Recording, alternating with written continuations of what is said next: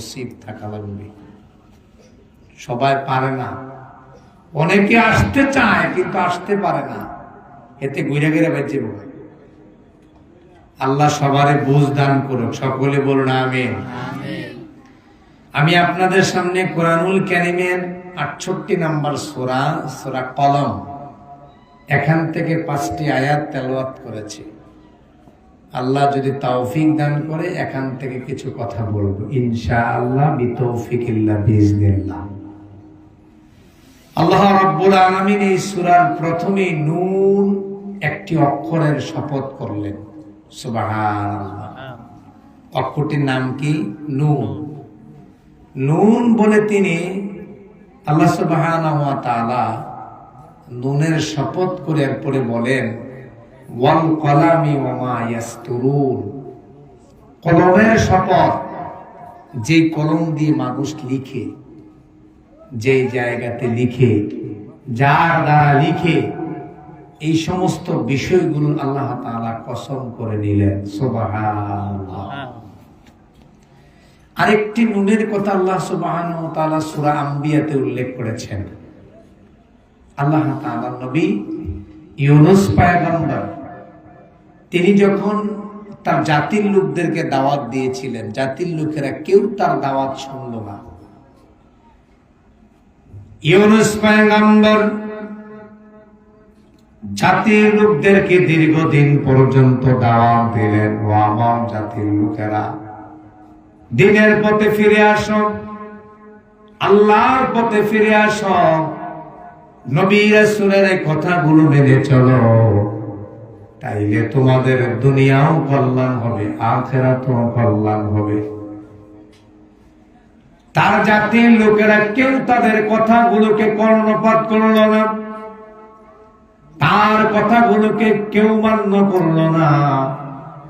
অবশেষে ইউনূস পয়গম্বর আল্লাহর কাছে দোয়া করলেন, রব্বুল আলামিন, আমার জাতির লোকেরা আমার কথাগুলোকে রিসিভ করছে না, আপনার পক্ষ থেকে তাদের উপরে গজব দেন।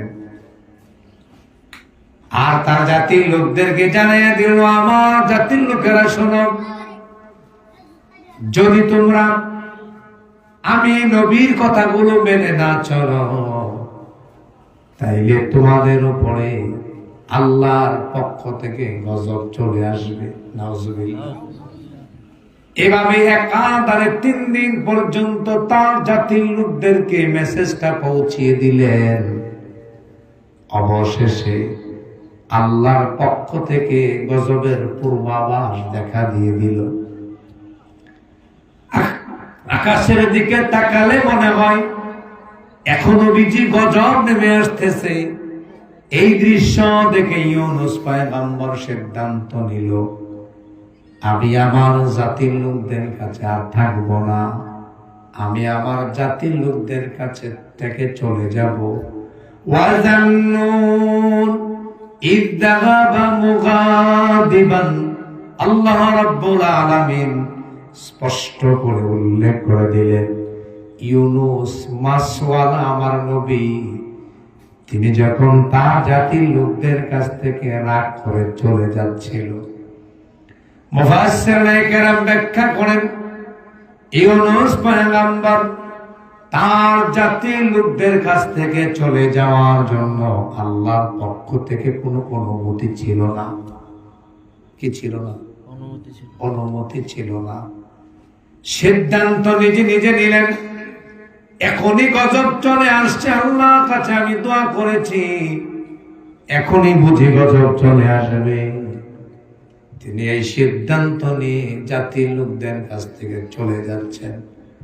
সামনেই পড়ে গেল দরিয়া, দরিয়ার মধ্যে বুঝাই করা নৌকা, ওই নৌকাতে উঠে গেলেন। মাঝ দরিয়া যাওয়ার পরে মাঝি ঘোষণা দিলেন, আমি শর্টকাট করে কথাগুলো উপস্থাপন করছি, লম্বা কথা বলার জন্য ঘটনা আমি বলছি না, শুধু আপনাদেরকে নুনের কথাগুলো বোঝানোর জন্য বলার উদ্দেশ্য।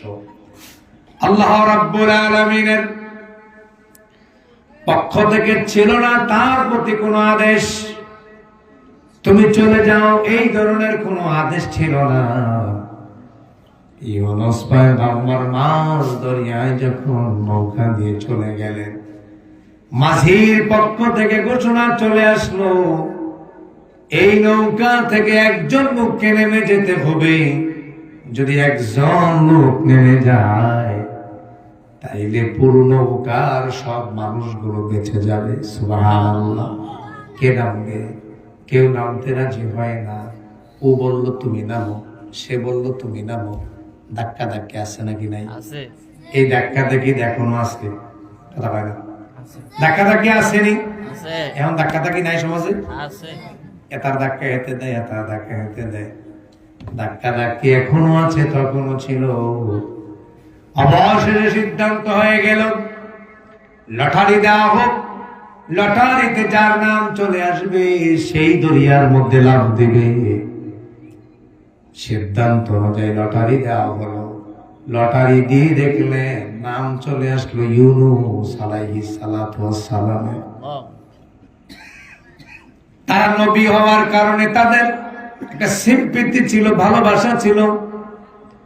ইউনূস পয়গম্বরকে তারা চিনতো, জানতো। এজন্য তারা সিদ্ধান্ত নিল, না, ইউনূস পয়গম্বরকে দেওয়া যায় না, আবার লটারি দাও। আবার লটারি দিলেন, আবার নাম উঠল ইউনূস পয়গম্বরের।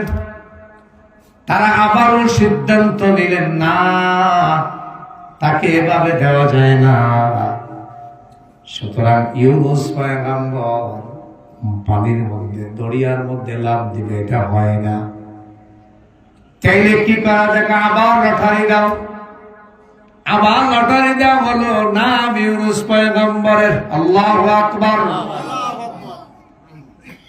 ইউনূস পয়গম্বরের নাম যখন তৃতীয়বার চলে আসলো, তিনি সিদ্ধান্ত নিলেন, আমি আর এই দরিয়ার মধ্যে লাফ দেওয়া ছাড়া থাকতে পারবো না।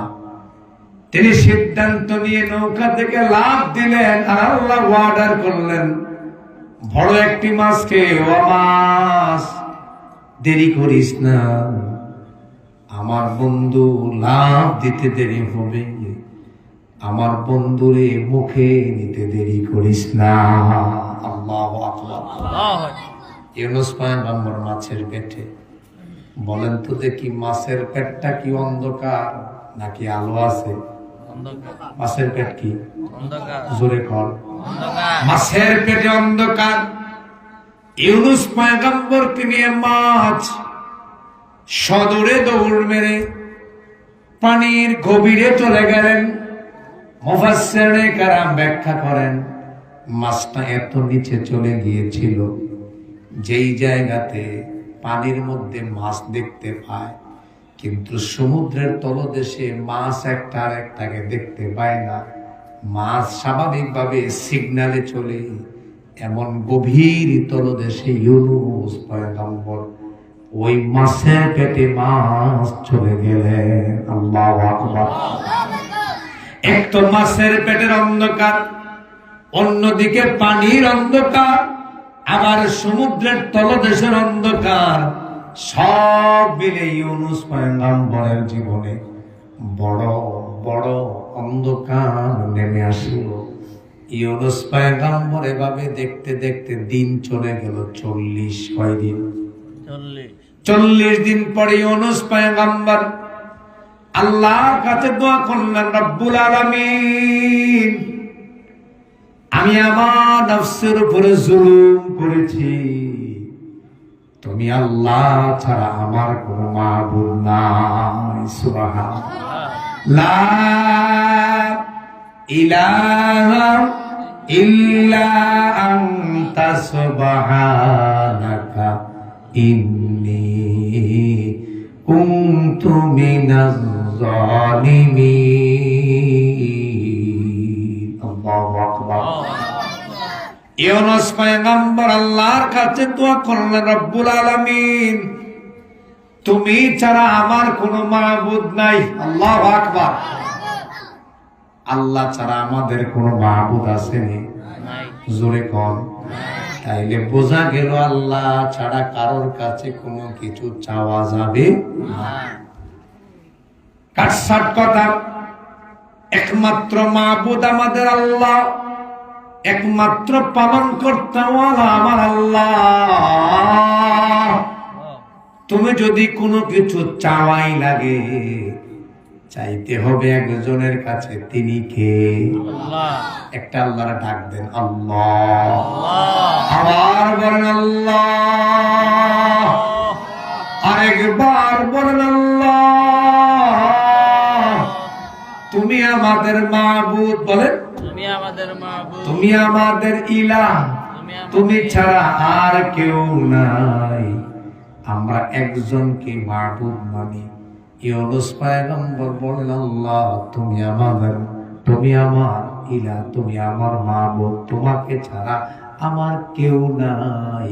আমি আমার নফসের উপরে জুলুম করেছি। আল্লাহু আকবার। ইউনূস পয়গম্বর একবার বলে নাই আল্লাহ আমার মেসের পেট থেকে বাইর করে দেন, কইছে? এই কথা বলেন নাই। তিনি বলেছেন আল্লাহ আমি জুলুম করেছি। তাইলে বোঝা গেল গুনাহ করলে স্বীকার করা লাগবে। গুনাহ করলে কি করা লাগবে? এখন আমরা গুনাহ করি, স্বীকার করি না। আপনি খোঁজ খবর নিয়ে দেখেন, আপনার সমাজে অনেক লোক আছে জিনা করে, ব্যভিচার করে, আবার বুক ফুলিয়ে সমাজে হেঁটে বেড়ায়। তাকে যদি জিজ্ঞাসা করেন, চাইলে দেখবেন বলবে আমি কোনো অপরাধী করি নাই। আছে? আপনার সমাজে খোঁজ খবর নেন, দেখবেন মাস শেষে হাজার হাজার টাকা সুদের টাকা গনে। কিসের টাকা গনে? সুদ আছে নি? আপনারা জিনাইয়া না থাকলেও তো আশেপাশে আছে। দল্লাভ আপনারা জিনাইয়া নাই। পাশের গ্রাম মনে করেন জীবনপুর, দক্ষিণ খাই, এদিক দিয়ে মনে করেন আব্দুল্লাহপুর, সামনের দিকে মনে করেন বুড়িরফাড়, ওই গ্রামগুলাতে মনে করেন সুদ আছে। দেখবেন সমাজে বহু সুদখোর, সুদ খাওয়ার পরে অপরাধ স্বীকার করে না, দিব্যি বুক বাসায়া চলে। আছে? তাইলে বোঝা গেল সে অপরাধ করার পরে অপরাধ স্বীকার করে না। এটা ভালো কোন বান্দার কাজ হতে পারে না। ভালো বান্দা যিনি হবেন, আল্লাহ ওয়ালা জানি হবেন, অপরাধ করার সাথে সাথে স্বীকার করবেন, আল্লাহ আমি এই অপরাধটা করে ফেলেছি। আল্লাহু আকবার। আল্লাহ বলেন, বান্দা যখন আমার কাছে তাওবা করে, আমার কাছে তার অপরাধ স্বীকার করে, আত্তাইবু মিনাজ যামবি কামাল্লা যামবালাহু, আল্লাহ নবী সাল্লাল্লাহু আলাইহি ওয়াসাল্লাম বলেন, বান্দা অপরাধ করার পরে আমি আল্লাহর কাছে যদি স্বীকার করে, আমি আল্লাহ বান্দার গুনাহগুলোর সাথে সাথে ক্ষমা করে দেই। সুবহানাল্লাহ কইতেন। এখানে শেষ করে হাদিস নবীজি বলেন, একজন সদ্য নবজাতক শিশু এই মুহূর্তে জন্মগ্রহণ করলে তার আমল নামায় যেমন কোনো পাপ থাকে না, তাওবা করলে তাওবাকারীর বান্দার গুনাহ আমল নামাও তেমন কোনো গুনাহ থাকে না। আল্লাহু আকবার। তাইলে বোঝা গেল স্বীকার করে যদি আল্লাহর কাছে ক্ষমা চাওয়া যায়, আল্লাহর কাছে যদি চিৎকার করে বলা যায়, ও আল্লাহ গুনাহ করেছি, অপরাধ করেছি, রাতের বেলা গুনাহ করেছি কেউ জানে না, দিনের বেলা গুনাহ করেছি কেউ জানে না, তুমি আল্লাহ জানো, তুমি আল্লাহর কাছে ক্ষমা চাই, ও আল্লাহ তুমি আমারে ক্ষমা করে দাও, আমিন। আল্লাহ বলেন, বান্দা যখন এইভাবে আমার কাছে ক্ষমা চায়, আমি আল্লাহ রহমতের জরিয়ার মধ্যে জোশ মেরে যায়, আমি বান্দার সাথে সাথে ক্ষমা করে দেই। তাহলে আল্লাহর কাছে নিজের দোষটা স্বীকার করা লাগবে নি? এই জোরে কোন লাগবে নি? এখন মসজিদে যাইবেন, এখন থেকে যাইয়া আল্লাহর কাছে বলবেন, আল্লাহ ছোটবেলা যে চুরি করছিলাম, আমি যে মানুষের উপর জুলুম করছিলাম, আমি যে জিনা করছি কেউ জানে না, তুমি আল্লাহ জানো, মেহেরবানি করে ক্ষমা করে দাও। পারবেননি? ইউনূস পয়গম্বর দোয়া করতে দেরি মাছের ভিতরে একটা ছটফট চলে আসলো, কখন আমি এটাকে কিনারার মধ্যে ছেড়ে দেব। আল্লাহ দোয়া কবুল করে নিলেন। ফাস্তাজাবনা লাহু ওয়া নাজ্জাইনাহু মিনাল গাম্মি ওয়া কাযালিকা নুনজিল মুমিনিন। অনুবাদ শোনার আগে বলুন আল্লাহু আকবার। আবার বলেন আল্লাহু আকবার। আল্লাহর পয়গম্বর ইউনূস আলাইহিস সালাতু ওয়াস সালাম দোয়া করার সাথে সাথে আল্লাহ তাকে মুক্ত করে দিলেন। মাছ কিনারায় এনে ইউনূস পয়গম্বরকে ছেড়ে দিলেন, বমি করে দিলেন। ইউনূস পয়গম্বর বেঁচে গেল। এবার আল্লাহ ইউনূস পয়গম্বরকে ডাক দেয়, কি দেয়? জোরে কোন কি দেয়? আদর করে ডাক দেওয়া জান্নুন, ও আমার মাশাআল্লাহ নবী। আল্লাহু আকবার। এই ডাক হইছে আদরের ডাক। কিসের ডাক? নবী গো, আপনি দিনের দাওয়াত থেকে দূরে সরে যাইয়েন না, দিনের দাওয়াতের সাথে লেগে থাকেন। আমরা এখন দিনের দাওয়াত দেইও না, নিজেও মানি না, নিজেও মানি না, আবার অন্যকে দেইও না। সমাজে আরো কিছু কুলাঙ্গার আছে, কাউকে মানতেও দেয় না। এতে করতে চায় কিন্তু এটারে করতেও। এখানে আল্লাহ রাব্বুল আলামিন হচ্ছেন নুন। এই নুন দিয়ে আল্লাহ তাআলা বুঝিয়েছেন দোয়াত। কোন এক সময়ে মানুষ ফাউন্টেন পেন দিয়ে দোয়াত কলম যেটাকে বলতো, ওই কলম দিয়ে মানুষ লিখতো, নিপ পেন দিয়ে লিখতো। তখন দোয়াত থেকে কালি উঠাইয়া লিখতো, নাকি দেখছেন আপনারা? এই দোয়াতটার কসমকে আল্লাহ বলেন ওয়াল কলামি, কলমের শপথ। কেন আল্লাহ কলমের শপথ খাইলেন? কলম দ্বারা মানুষের জীবন শেষ করে দেওয়া যায়। একজন মানুষ কোনো অপরাধ করলো না, অন্যায় করলো না, এখন দেবিদ্বার থানায় যদি আপনার বিরুদ্ধে একটা মামলা হয়ে গেল, মামলা হওয়ার পরে কলম দিয়ে লিখে দিল ঘটনা সব সত্য, তারে চালান করে দাও জেলখানায়। কোথায় চালান করে দাও? কি দিয়ে লিখছে? জোরে কোন কি দিয়ে লিখছে? অপরাধ করেনি নাই, কলম দিয়ে লেখার কারণে এখন আপনার জেল হয়ে গেল, নাকি? কথা বলে না, জেলে যাব না। আপনি এখানে বাদ দিলাম, আপনি এবার কোর্টে গেলেন, কোর্টে আপনাকে চালান করে নিয়ে গেল। মামলা যতটুকু হোক, সত্য হোক আর মিথ্যা হোক, এখন কলম দিয়ে যদি লিখে ফেলে, কোর্টের মাধ্যমে রায় লিখে, সেই রায় লিখে ফেললো তোমারে ফাঁসি দেয়া হোক, কি দেয়া হোক? ফাঁসি কার্যকর হয়ে যাইব।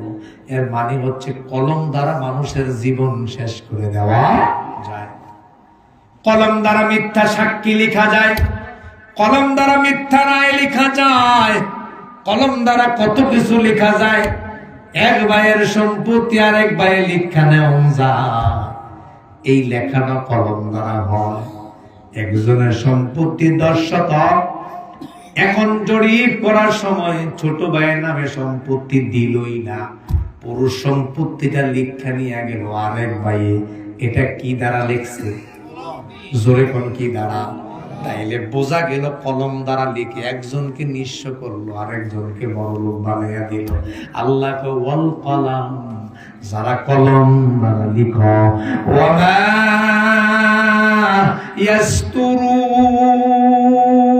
ইয়াসতুরুন। আল্লাহু আকবার।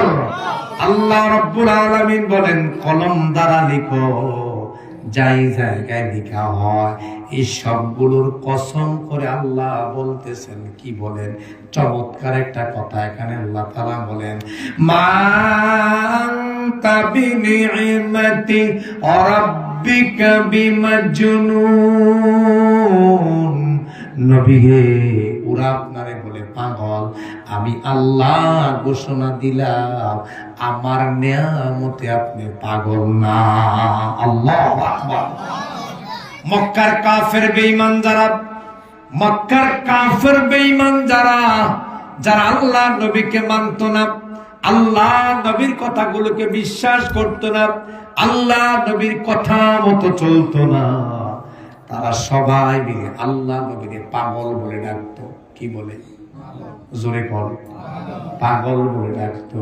এজন্য আল্লাহ নবীরে সান্ত্বনা দেয়, নবী হে, ওরা আপনারে পাগল বলে, আমি আল্লাহ কি বলি শুনে, মা আনতা বিনি'মাতি রাব্বিকা বিমাজনুন।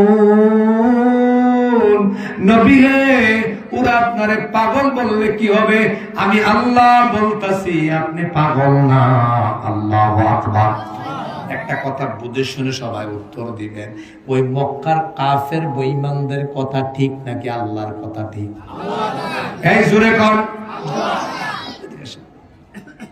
মক্কার কাফের বেঈমানদের কথা ঠিক নাকি আল্লাহর কথা ঠিক? তাইলে আল্লাহ বললেন নবী পাগল না, কাফের বেঈমানরা বললে কি হইছে? আমার নবী পাগল না। আল্লাহু আকবার। এখনো সমাজে অনেক কুলাঙ্গার আছে, অনেক লোক আছে যারা নবীরে পাগল বলে, নবীর চরিত্র নিয়ে কথা বলে, নবীর চরিত্র নিয়ে মন্তব্য করে। এমন লোক আছে নাকি নাই? এই জোরে কোন আছে নাকি নাই? এবার আপনাদের মনের ভিতরে একটা প্রশ্ন আসতে পারে, কথা কই না, এখন খানা করে বন্ধ, সব বন্ধ, 1 ঘন্টা পরে খাইব, বসেন। এবার শুনেন, আমার দিকে তাকান। 1 ঘন্টা পরে খাইয়ে না, রাগ করছেন? এটা কথা, সুন্দর কথা না, এটা জানা দরকার আছে না? তা আপনি গেলে শুনবো কে? এটা বল, আপনারা বললে তো ভালো লাগে। কি দেখো, আচ্ছা নবীরে কেন পাগল কইল? দোকানের মধ্যে কালকে আপনারে 5 জনে জিজ্ঞাসা করলো, বুঝলাম নবীরে পাগল কইছো, নবীরে পাগল কইল কেন? মানে আপনি কই তার না করে চাইছে হিন্দুগানের মতো। কেমনি হইল? পাগল হওয়ার পেছনে কারণ তো অবশ্যই ছিল। কারণগুলো কি সত্য ছিল না মিথ্যা ছিল এটা পরের কথা, কিন্তু জানা তো দরকার নবীরে কেন পাগল কইছে, জানা দরকার না? এবার শুনুন, একে একে কয়েকটা কাহিনী বলি আপনাদেরকে, কয়েকটা বিষয় আমি উপস্থাপন করি কেন নবীরে পাগল বললো। 1 নাম্বার কারণ এমনি কইছে। কে রে কইছে? এমনি। দেখবেন কিছু লোক আছে হুজুরের সামনে দিয়ে হাঁটতে যায়, আরেক বেটা দোকান থেকে ডাক দেওয়া, হুজুর এটা যান, তো হুজুর তো ভালো মানুষ গেছে, কথা কি তা? আচ্ছা হুজুর করতে গেছিলেন? ও এবার গেছিলাম। কি আর গেছিলেন? আপনি গেছিলেন, কথা ছিল খারাপ কিন্তু কথাটা। হুজুরে 8-10টা প্রশ্ন করছে, তো পাশে দেখতে জিজ্ঞাসা করে, আচ্ছা তোর কি দরকার আছে হুজুর এই মুহূর্তে প্রশ্নগুলো করার? তখন হেতে উত্তর এমনি জিঙ্গিলে আসেনি, এক গ্রুপ কথা কেন আসেনি, কোনো প্রয়োজন নাই, কোনো দরকার নাই, হুজুরের সাথে কথা না বললেও চলে, সালাম দিয়ে দেন হুজুর চলে যাবে। এখনো সমাজে অনেক লোক দেখবেন যারা হুজুরদেরকে দেখলে শুধু শুধু প্রশ্ন করে, হুজুরে তাড়াতাড়ি যায়, হয়তো হুজুরের মেয়েটা অসুস্থ, তোমার ছেলেটা অসুস্থ, হয়তোবা হুজুরের কোন একটা তারা আছে। এখন দেখবেন দোয়ানে বৈশাখ কিছু গুনাহগাররা মন্তব্য করে হুজুরের মনে দাওয়াত কয়েকটা যা আছে, হ্যাঁ আসেনি, ডাক দিয়ে একজনকে হুজুর না যান, কি থাক কই যান, হেঁটে তাড়াতাড়ি করে না, আমি বুঝছি আপনার দাওয়াত আছে 2-3টা। এবার বিকালবেলা হুজুর আসর নামাজের পরে আস্তে আস্তে হাঁটে, শরীরটা ভালো না, মনটা ভালো না, এমনও হতে পারে আম্মার শরীরটা ভালো না, ছেলের শরীরটা ভালো না, মেয়ের শরীরটা ভালো না, হতে পারে নাকি পারে না? তাইলে ওই মুহূর্তে এখন হুজুর আস্তে আস্তে ঠান্ডা মাথায় হেঁটে হেঁটে যায়।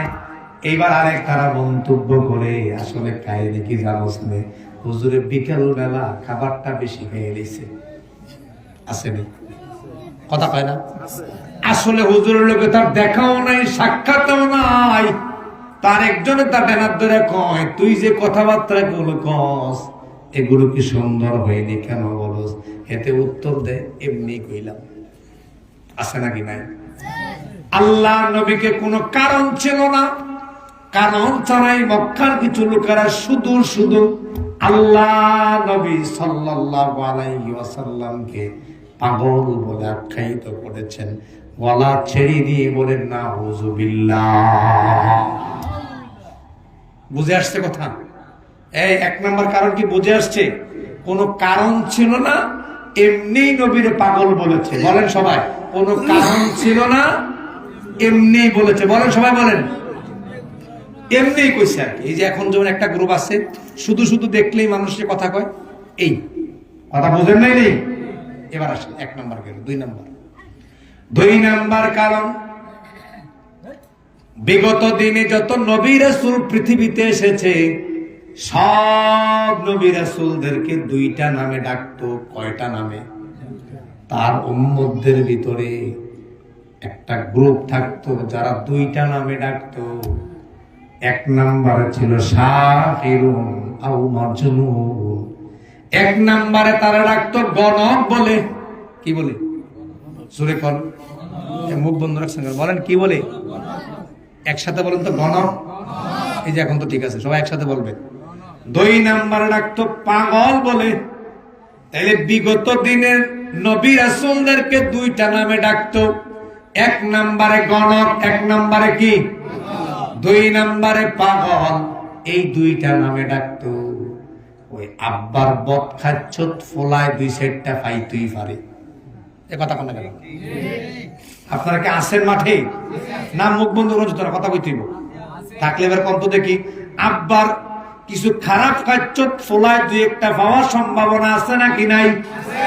আমরা সমাজে অনেক লোক দেখেছি, বাবা অপকর্ম করেছে সেও করে। কথা কয় না কেন?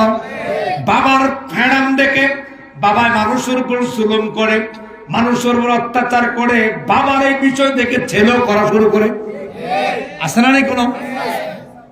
তাইলে বোঝা গেল বিগত দিনের নবী রাসূলদের উম্মতের সন্তানেরা বাচ্চা রইছে, এদের কিছু কুলাঙ্গার সন্তান ছিল। ওই কুলাঙ্গার সন্তানেরা পরবর্তী নবী রাসূলদেরকে গণক এবং পাগল বলে ডেকেছে। নাউজুবিল্লাহ। ঠিক এর ধারাবাহিকতায় আল্লাহর নবীর জামানায় ওই আগের দিনে যারা ছিল, ওই কুলাঙ্গারদের সন্তানরা বেঁচে ছিল, ওরাও আল্লাহর নবীকে 2 নামে ডাকা শুরু করলো। কেউ বলল গণক, কেউ বলল পাগল। এটা মূলত আসছে আগে থেকে। কই থেকে আইছে? জোরে কোন কই থেকে আইছে? ওরা চলে গেছে ঠিক, চালা চামচারা এখনো যায় নাই, আবু জেহেল নাই, উতবাস নাই, মুগিরা নাই, কিন্তু ওদের চালা চামচারা এখনো সমাজে বেঁচে আছে। এখনো দেখবেন কিছু লোকদেরকে পাওয়া যায় যারা আমার নবীরে গালমন্দ করে। কথা বলা এখনো অনেক লোককে পাওয়া যায় আল্লাহর নবীর চরিত্র নিয়ে মন্তব্য করে। আসেনি? তাইলে বোঝা গেল ওরা চলে গেছে ঠিক, ওদের চেলা সামসারা পৃথিবীতে এখনো বেঁচে আছে। 2 নাম্বার কারণ গেল, বিগত দিনের নবী রাসূলদেরকে পাগল বলেছে, গণক বলেছে। আমাদের নবী কেউ পাগল গণক বলেছে। গলা ছেড়ে দিয়ে বলেন না আউযুবিল্লাহ। কারণ গেল কয়টা? জোরে কোন? 3 নাম্বার কারণ আমি উপস্থাপন করছি, এর নাম কি? জোরে কোন? এটা গত রমজানে যে পড়ছে আর পড়ছে না, এটা এইবারের না। আমরা হুজুরে বাড়ি করে দিচ্ছি, হুজুরে ওয়াজ করতে হয়েছে, কোরআন শরীফের কথা বলছে, বাড়ি করে দিচ্ছে। অনেক নারী আছে রমজান মাস আসলে কোরআন শরীফ পড়ে, অনেক পুরুষও আছে রমজান আসলে কোরআন শরীফ পড়ে, আর সারা বছর একদিনও কোরআন ধরে চায় না। এটা তো মুসলমান সন্তানের কাজ হওয়ার কথা ছিল না। 3 নাম্বার কারণ ছিল কোরআন। কোরআন যখন আসলো, আল্লাহ নবী সাল্লাল্লাহু আলাইহি ওয়াসাল্লাম বিগত দিনে মক্কার অলিতে গলিতে সব মানুষের সাথে মিলেমিশে চলেছে। কোরআন নাই, তাদের জন্য কোনো আইনের কথা নবীজি বলেন নাই। যেই মাত্র কোরআন আসলো, আল্লাহ নবী তার কণ্ঠে জানাইয়া দিলেন, লা ইলাহা ইল্লাল্লাহু মুহাম্মাদুর রাসূলুল্লাহ সাল্লাল্লাহু আলাইহি ওয়াসাল্লাম। যখন তিনি জানাইয়া দিলেন লা ইলাহা, আল্লাহ ছাড়া মানি না, আল্লাহু আকবার। তৎকালীন লোকেরা আরবি ভাষা বুঝতো, আমরা এখন লা ইলাহা তাসবিহ সরাই পড়ি ঠিক, কিন্তু আসলে তার বাবার তো বুঝি না, তার ব্যাখ্যা বুঝি না। মক্কার কাফের বেঈমান যারা ছিল তারা বুঝতো লা বলার সাথে সাথে মূর্তি পূজা করা যাইতো না। আল্লাহু আকবার বলবেন না? লা বলার সাথে সাথে সুদকুর সুদে টাকা লাগাইতে পারবে না, লা বলার সাথে সাথে ঘুষকুর ঘুষে টাকা লাগাইতে ঘুষ খাইতে পারবে না, লা বলার সাথে সাথে জানা করতে পারবে না, লা বলার সাথে সাথে ব্যভিচার যে করে ব্যভিচার করতে পারবে। তাহলে বিপদ কি কম না বেশি? হ্যাঁ জোরে কর। মক্কার লোকেরা কয় এতদিন পর্যন্ত আমরা মদ খেয়েছি, এখন তো লা বললে আর মদ খাইতাম পারতাম না, নাকি? জানাটা আছে?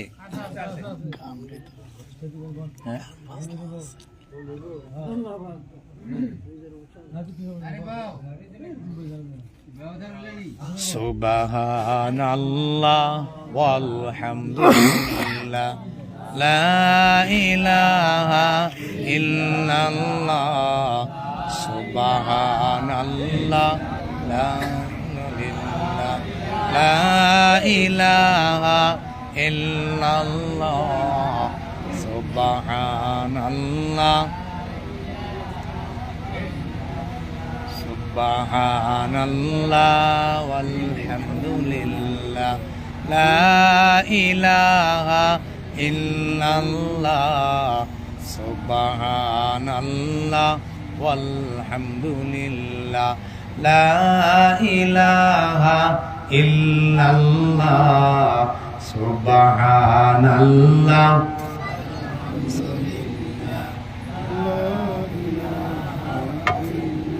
লা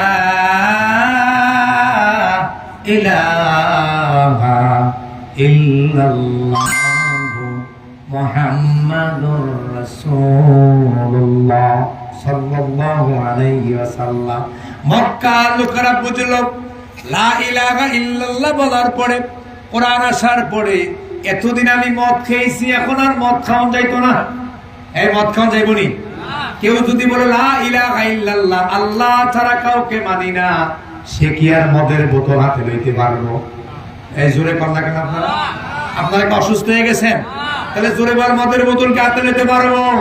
যে এতদিন গাঞ্জার কলকি টানতো, যখনই বললো লা ইলাহা ইল্লাল্লাহ আমি আল্লাহ ছাড়া কাউকে মানি না, মক্কার লোকেরা বুঝতো আর গাঞ্জা খাওয়া যাবে।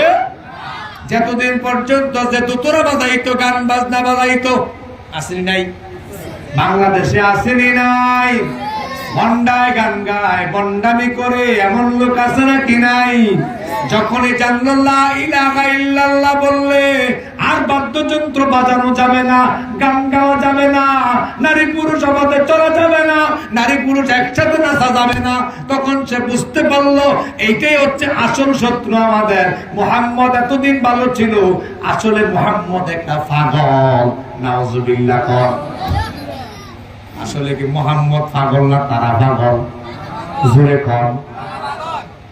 এবার আসুন, আল্লাহ নবী সাল্লাল্লাহু আলাইহি ওয়াসাল্লামের কাছে যখন ওহী আসতো, ওহীর ভার এত বেশি ছিল, নবুয়তের ভার এত বেশি ছিল, আম্মা জান আয়েশা সিদ্দিকা রাদিয়াল্লাহু তাআলা আনহা বলে, নবীর কাছে যখন ওহী আসতো, চলন্ত ঘোড়ার মধ্যে থাকলে নবীজি ওই চলন্ত ঘোড়াটা পর্যন্ত জমিনে বসে যাইতো। আল্লাহু আকবার। নবীর কপাল মুবারক ঘেমে যাইত, নবী সাল্লাল্লাহু আলাইহি ওয়াসাল্লাম ঘর্মাক্ত হয়ে যাইতেন।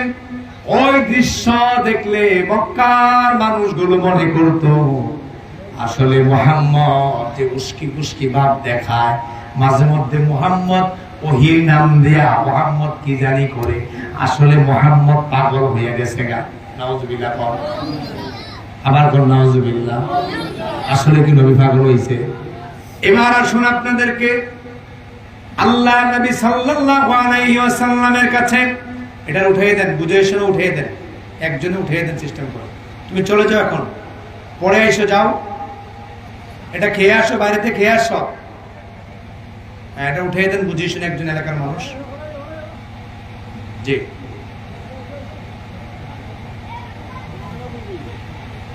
এবার শুনুন, আমার দিকে তাকান, আপনারা কান লাগান মুসলমান।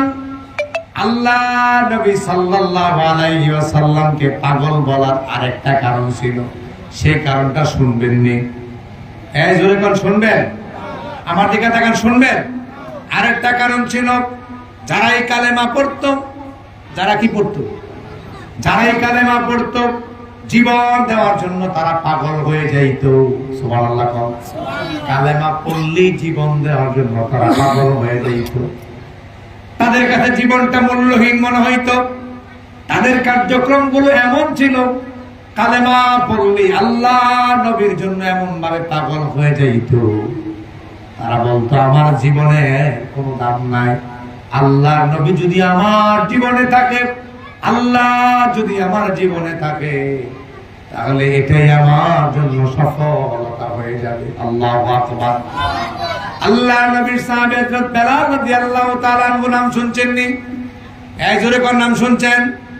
হযরত বেলাল রাদিয়াল্লাহু তাআলা আনহু আল্লাহ নবীর সাহাবী, ইথিওপিয়া থেকে কালেমা গ্রহণ করার জন্য মক্কায় এসেছেন। মক্কায় আসার পরে আল্লাহ নবীর হাতে হাত রেখে কালেমা পড়ে মুসলমান হয়ে গেলেন। আবু জাহেল শুনতে পারল বেলাল কালেমা পড়ে মুসলমান হয়েছে। বেলালকে খবর দেওয়া হলো, বেলাল তুমি নাকি কালেমা পড়ে মুসলমান হয়ে গেছো? বেলাল জবাব দিল, হ্যাঁ আমি কালেমা পড়ে মুসলমান হয়ে গেছি।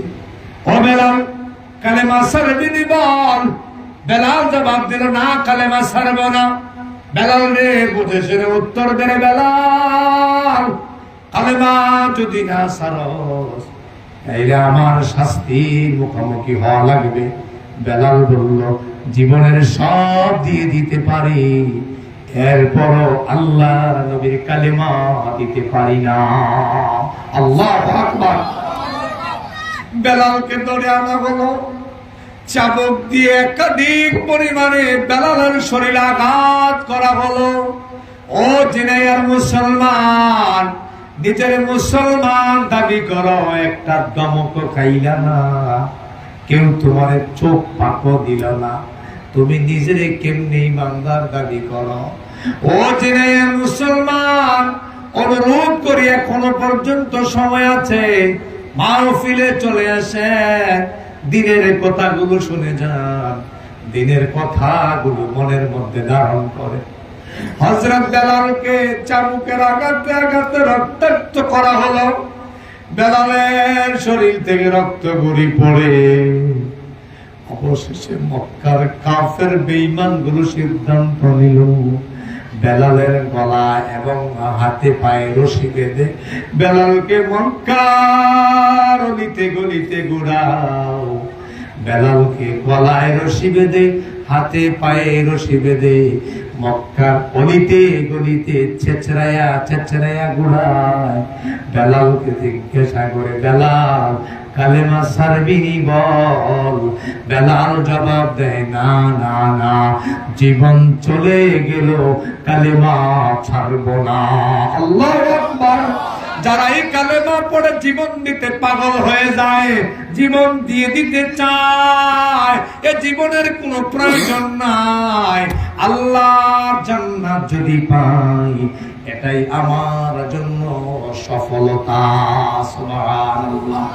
ঈমানের পথে অবিচল রেখে আমার মরণ যেন হয়। ঈমানের পথে অবিচল রেখে আমার মরণ যেন হয়। তোমারই কাছে মিনতি আমার, তোমারই কাছে মিনতি আমার, ওগো মহা মহিয়ান। ঈমানের পথে অবিচল রেখে আমার মরণ যেন হয়। বলুন আমিন। খাব্বাবকে বলা হলো, খাব্বাব কালেমা গ্রহণ করেছো? হ্যাঁ কালেমা গ্রহণ করেছি। ও খাব্বাব কালেমা ছাড়বি নি বল? না কালেমা ছাড়বো না। আল্লাহ নবীর হাতে হাত রেখে কালেমা পড়েছি, এই কালেমা ছাড়তে পারি না। আব্বাব রে, শাস্তি কিন্তু দেওয়া হবে। আব্বাব জবাব দিল, সব দিয়ে দিতে পারি, এরপর ঈমান দিতে পারি না।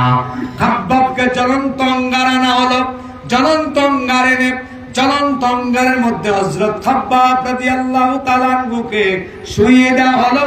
শুইয়ে দিয়ে এবার পিঠের নিচ থেকে অঙ্গার গুলো পুড়ে পুড়ে ভিতরে ঢুকে গেল। অঙ্গারের কারণে, এই পড়ে যাওয়ার কারণে হযরত খাব্বাবের শরীরে পুজ হয়ে গেল, গর্ত হয়ে গেল। যখন খাব্বাব শরীর থেকে জামাগুলি খুলতেন, মনে হতো খাব্বাবের শরীরের পিঠের মধ্যে বড় বড় গর্ত হয়ে আছে। আল্লাহু আকবার। বুঝতো মক্কার মানুষগুলো মুহাম্মদ কি জাদু জানে, মুহাম্মদের কাছে কালেমা পড়লে আগুনের শোয়া দেয়, এরপরও কালেমা ছাড়ে না, গলাতে রশি বেঁধে ছাঁচড়ায়, তাবুক দিয়ে আঘাত করে, এরপরও কালেমা ছাড়ে না। সুতরাং মুহাম্মদ পাগল, তার সাথী সঙ্গীরাও পাগল। গলা ছেড়ে দিয়ে বলেন নাউযুবিল্লাহ। বুঝে আসছে কথা? কেন পাগল বলছে? আসলে তারা ঈমানের স্বাদ এমন ভাবে পেয়েছে, তারা মনে করেছে দুনিয়াটা একটা তুচ্ছ তাচ্ছিল্য। এখন আমরা ঈমানের স্বাদ পাই না, যার কারণে চায়ের স্টলের চায়ের সুমুকটাই মনে হয় জান্নাত। নাকি সুমুক দেয় টিভির দিকে তাকায়, আসেনি? হ্যাঁ, জোরে কর না কেন, আসেনি? সবগুলো চায়ের স্টলে দেখেন টিভি লাগাই রাখছে, এতে একটা সুমুক দেয়, 3 বার টিভির দিকে তাকায়, তার কাছে মনে হয় চায়ের কাপের মধ্যে জান্নাত। ও মুসলমান, তুমি মনে রাখো, তুমি মনে রাখো, নবীর উম্মত দাবি করো, উম্মতের কিছুই তোমার মধ্যে নাই। সুতরাং ওই নবী তোমার মতো কুলাঙ্গার উম্মতের জন্য সুপারিশ করবে না। নবীর ঠেকা লাগে নাই তোমার জন্য সুপারিশ করতে। নবীর উম্মত যদি হয়ে থাকো, নবীর উম্মত দাবি যদি করে থাকো, নবী যেভাবে বলতে চলতে বলেছেন সেইভাবে যদি চলতে পারো, নবী তোমার জন্য সুপারিশ করবে। আর তুমি মুখে মুখে বলো নবীর উম্মত, আসলে কাজে কর্মে কিছুই নাই। সুতরাং তোমার মতো উম্মতের জন্য নবী সুপারিশ করতে পারে, নবী সুপারিশ করতে পারে। এবার শুনুন, আল্লাহ নবী সাল্লাল্লাহু আলাইহি ওয়াসাল্লাম সিদ্ধান্ত হয়ে গেল উহুদের ময়দানে যাবে। উহুদের ময়দানে যাওয়ার জন্য সৈন্যগুলো প্রয়োজন। সৈন্যগুলোকে রিক্রুট দেওয়া শুরু করলো। কতজন সৈন্য যাবে, কি যোগ্যতা লাগবে, যাদের ট্রেনিং প্রয়োজন তাদেরকে ট্রেনিং দিতে থাকলেন। যাদের যেই ধরনের অস্ত্রের প্রশিক্ষণ প্রয়োজন তাদেরকে অস্ত্রের প্রশিক্ষণ দিতে থাকলেন। যাদের যেই বিষয়গুলো প্রয়োজন ওইভাবে আল্লাহ নবী সাল্লাল্লাহু আলাইহি ওয়াসাল্লাম উহুদ যুদ্ধের জন্য রেডি করতে থাকলেন। একজন মহিলা কোলের একটি শিশু নিয়ে অমুসলমান কান খাড়া করেন, কান লাগান, মনোযোগ দেন কথাগুলোর দিকে, মন খারাপ করে থাকবেন না, আমার দিকে কথাগুলো মনোযোগ সহকারে শোনেন। কোলের একজন শিশু নিয়ে আল্লাহ নবীর দরবারে হাজির। ইয়া রাসূলুল্লাহ, ইয়া হাবিবাল্লাহ, যুদ্ধের ময়দানে আপনি যাবেন, আমার এই কুলের সন্তানটাকে মেহেরবানি করে যুদ্ধের ময়দানের জন্য গ্রহণ করেন। আল্লাহ নবী বলেন, মহিলা, তোমার এই ছোট্ট সন্তানটি আমি যুদ্ধের ময়দানে নিয়ে কি করব? যে ঘোড়া চালাতে পারে না, অস্ত্র চালাতে পারে না, ঘোড়া চালানোর প্রশিক্ষণ নাই, অস্ত্র চালানোর প্রশিক্ষণ নাই, অস্ত্রের ঝঞ্ঝনানিতে তাকে দিয়ে তো কোনো কিছুই করানো যাবে না, আমি কেন তারে উহুদের ময়দানে নিয়ে যাব? মহিলা জবাব দেয়, ইয়া রাসূলুল্লাহ, আমার এই ছোট্ট সন্তানটি, কোলের শিশুটি, আমি জানি অস্ত্র চালাতে পারে না, ঘোড়া চালাতে পারে না, আমার সন্তান যুদ্ধ করতে পারবে না। ইয়া রাসূলুল্লাহ, এটা আমি জানি। ও আল্লাহর নবী, বদর যুদ্ধে আমার স্বামী শাহাদাত বরণ করেছে, আমার ঘরে পুরুষ মানুষ বলতে আর কেউ নাই, আমার একমাত্র কলিজার টুকরা, কলিজা চিরাদনের সন্তান টুকরা আছে। ইয়া রাসূলুল্লাহ,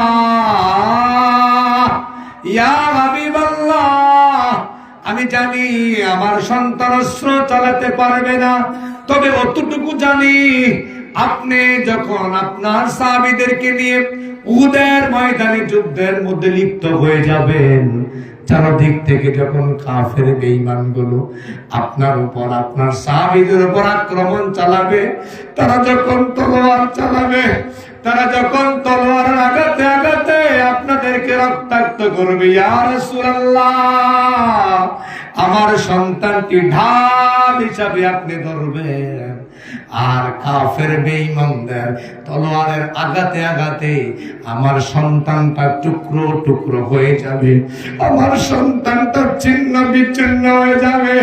ইয়া রাসূলুল্লাহ বিনিময়ে আমার সন্তান শহীদ হয়ে যাবে, আর কিয়ামতের ময়দানে আমি শহীদের মা হয়ে কিয়ামতের ময়দানে আল্লাহর সামনে উঠতে চাই। আল্লাহু আকবার। কোলের শিশুটা দিয়ে দিলেন যুদ্ধের ময়দানে যুদ্ধ করার জন্য।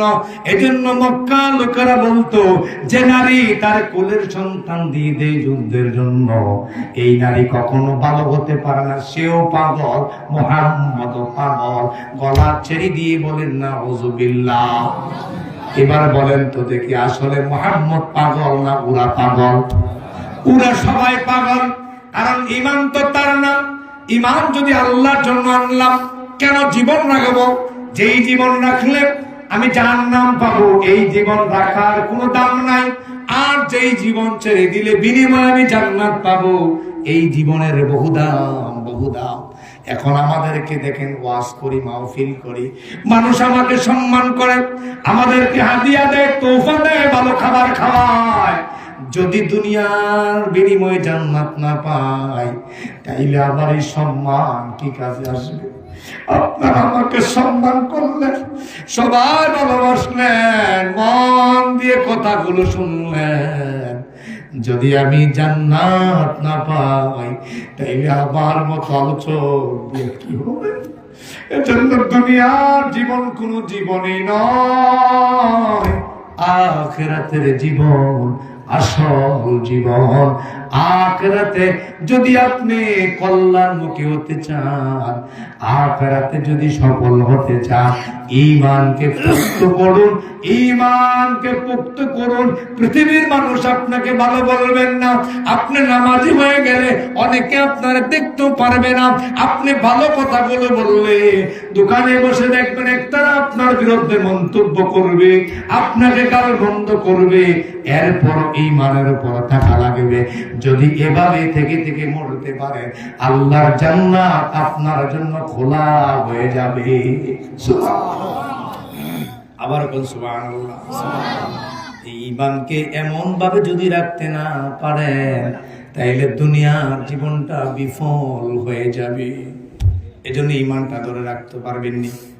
জোরে বল, ঈমানকে ধরে রাখতে পারবেন? এই জোরে বল, পারবেন? বিপদ আসলে, মুসিবত আসলে ধৈর্য ধারণ করতে হবে। আঘাত আসলে আঘাতের মোকাবেলা ধৈর্য ধারণ করতে হবে।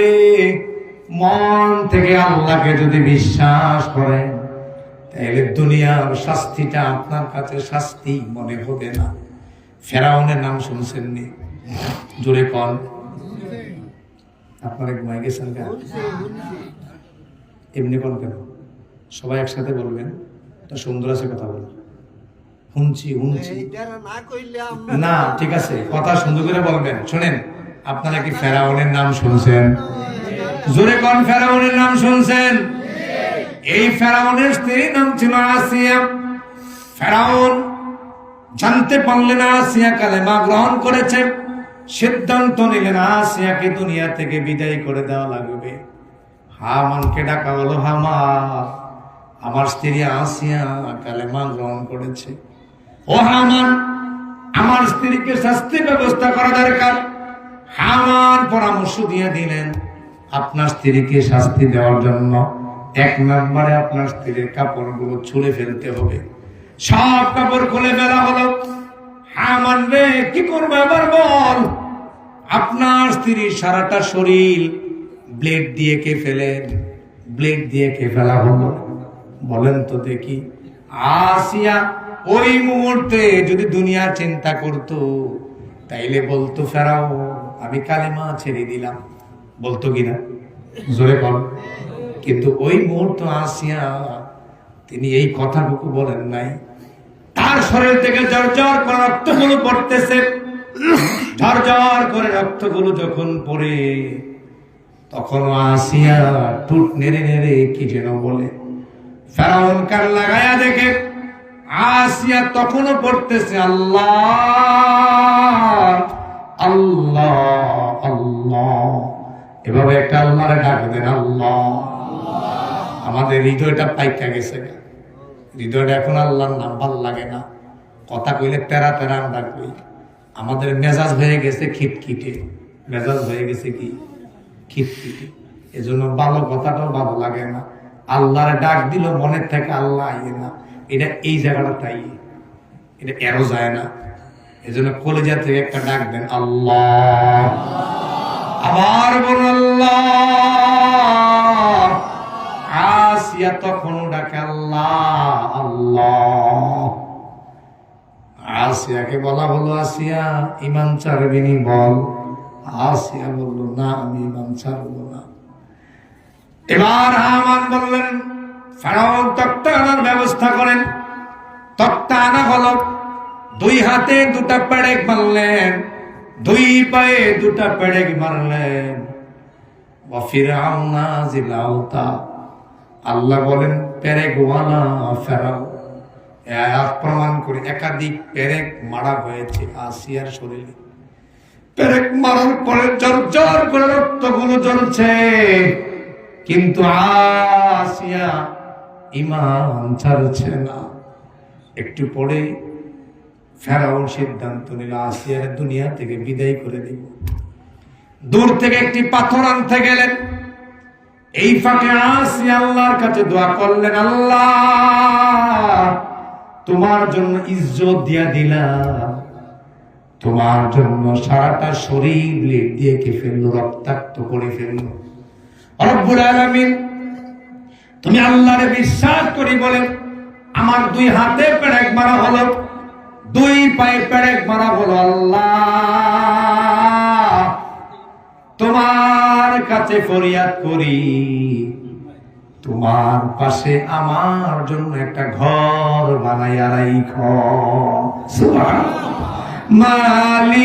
মালিক জান্নাতে তোমার পাশে আমার একটি ঘর বানিয়ে দিও, একটি ঘর বানিয়ে দিও। বলেন আমিন। আসিয়া যে দোয়াটা করলেন, এই দোয়া আল্লাহ কোরআনুল কারীমে কোট করে দিয়েছেন। রাব্বিবনিলি ইনদাকা বাইতান ফিল জান্নাহ। ও আল্লাহ তোমার জন্য ইজ্জত দিলাম, তোমার জন্য সব দিয়ে দিলাম, শুধু তুমি আল্লাহর জন্য আমি আসিয়া তোমার কাছে চাই, তোমার পাশে আমার একটা জান্নাত বানায়া দিও। বলেন আমিন। আসিয়া দোয়া করলেন। এবার যখন দোয়া করার সাথে সাথে আল্লাহ কবুল করে নিলেন। আসিয়ার উপরে পাথর ধরলেন, ছেড়ে দিয়ে এখনই শেষ করে ফেলা হবে। এবার আসিয়া মুস্কি এসে দিলেন।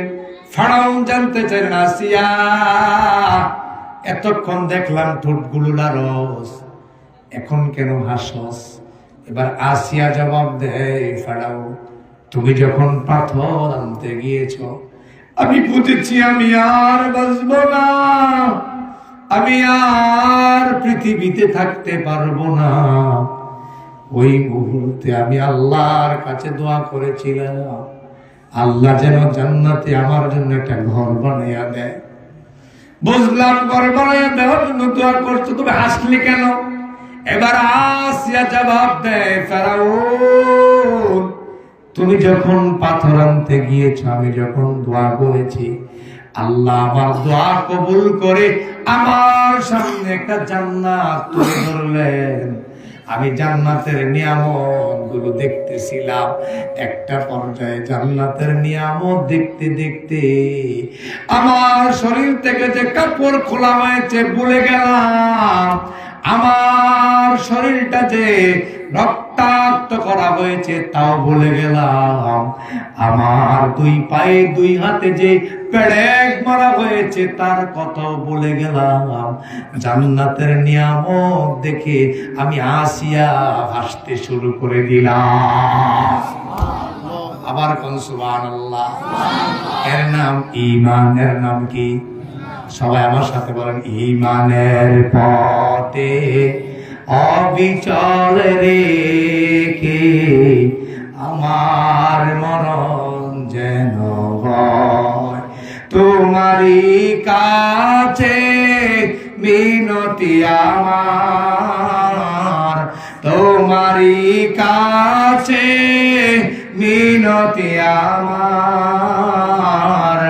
অগরহিম রহমান ঈমানের পথে অবিচল রেখে আমার মরণ যেন হয়। বলেন আমিন। ঈমান না লইয়া মরতে পারলে বুঝবেন এই জীবনের কোন দাম। যার কারণে তৎকালীন প্রিয়দেও আল্লাহ নবীর কাছে যারা কালেমা পড়ে মুসলমান হয়েছে তারা সবাই জীবন দেওয়ার জন্য পাগল হয়ে গেছে। আল্লাহু আকবার। আমরাও দেখেছি দেশে যারা এই দেশে কোরআনের রাজ কায়েম করতে পেরেছিল তাদেরকে ফাঁসির কাস্টে ঝুলাতে বলা হয়েছে, আর নতুবা আত্মসমর্পণ করতে বলা হয়েছে। জাতির সামনে তারা আত্মসমর্পণ করে নাই, জীবন দিয়ে প্রমাণ করে গেছে আল্লাহর পথে যারা থাকে তারা কখনো মানুষের কাছে আত্মসমর্পণ করতে পারে। আল্লাহর পথে যারা থাকে তারা কখনো মানুষকে ভয় পাইতে পারে না। আমাকে মানুষ পাগল বলো, আমাকে মানুষ জাদুকর বলো, আমাকে মানুষ গণক বলো, আমাকে মানুষ তিরস্কারি করো, আমাকে নিয়ে যায় মন্তব্য করুক না কেন, আমি যদি আল্লাহর প্রিয় বান্দা হতে চাই তাইলে এই জীবনকে আল্লাহর কাছে ঢেলে দিতে হবে, আল্লাহর পথে ঢেলে দিতে হবে। আল্লাহ আমাদের সকলকে তৌফিক দান করুক। সকলে বলুন আমিন। এবার বুঝেন তাইলে মুহাম্মদ সাল্লাল্লাহু আলাইহি ওয়াসাল্লামকে পাগল বলার আরেকটা কারণ ছিল, যারা এই কালেমা পড়ে তারাই জীবন দিতে পাগল হয়ে যায়। তারাই জীবন দিতে কি হয়ে যায়? পাগল হয়ে যায়। এরপর আল্লাহ রাব্বুল আলামিন পরের আয়াতে বলেন, কি বলতে শুনুন।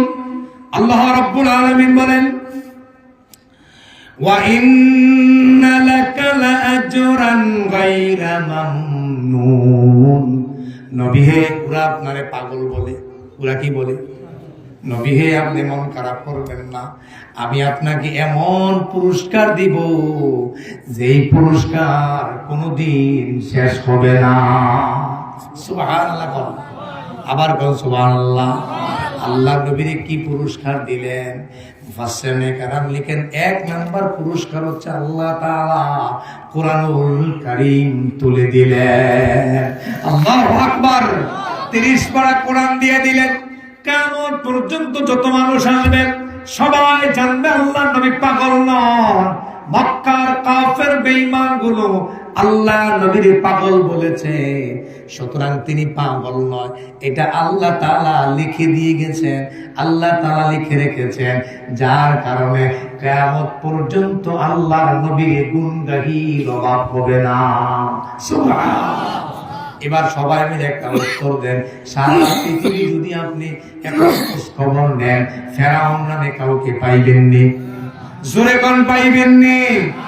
এখন সারা পৃথিবী যদি খোঁজখবর নেন, আবু জাহেল নামে কাউকে পাইবেননি, উতবা নামে কাউকে পাইবেননি, সাইবা নামে কাউকে পাইবেননি। এর মানে হচ্ছে ওই আবু জাহেলকে তার নামটা ডাক দেওয়ার মানুষও পৃথিবীতে, জোরে কোন পৃথিবীতে আছে?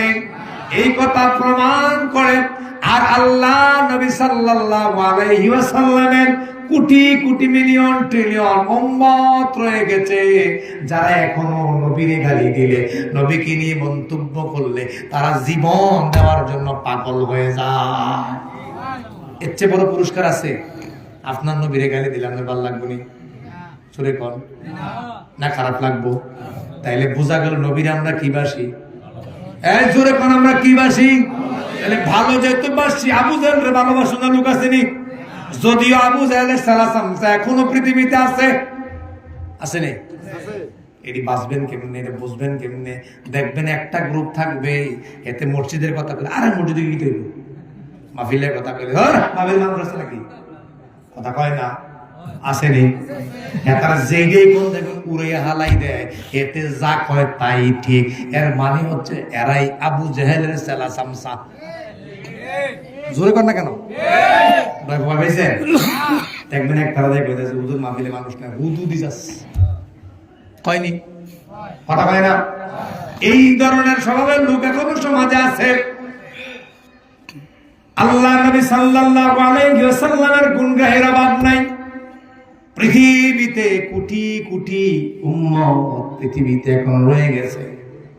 আল্লাহ নবীকে তায়েফের যে জমিনটাতে মারছে, এখনো যারা উমরা করতে যান, হজ করতে যান, তায়েফ যারা গিয়েছেন, তায়েফের মানুষগুলো জড় জড় করে কান্দে, আরে কান্দা করলাম কি নবীরে কেমনে মারলাম। আল্লাহ নবী দাওয়াত দিতে গেলেন, ওই তায়েফবাসীরা দাওয়াত তো গ্রহণ করলেন না, নবীরে পাগল পাগল বলে পেছন দিক থেকে ইটপাট ক্যাবে রক্তাক্ত করে ফেলছে। আপনার আমার নবী তায়েফের জমিনে রক্তাক্ত হলো, এখন তায়েফবাসী বুঝে আরে নবীরে মারলো আমাদের জাতির লোকেরা, এখন আফসোস করলে কি হবে, নবী নাই। আল্লাহু আকবার। ও জিনায়ার মুসলমান, নবীর কথাগুলো ধরো, নবীর কথাগুলো মানো। একটা সময় আসবে তুমি ইচ্ছা করলো মানার সময় পাইবা না। তোমার মনটা চাইবে একটু নামাজ পড়তে, তোমার মনটা চাইলে নবর উপরে দুরূদ পড়তে, কিন্তু মন চাইলে কি হবে, শৈলে দিত না। তাই এখনো সময় আছে।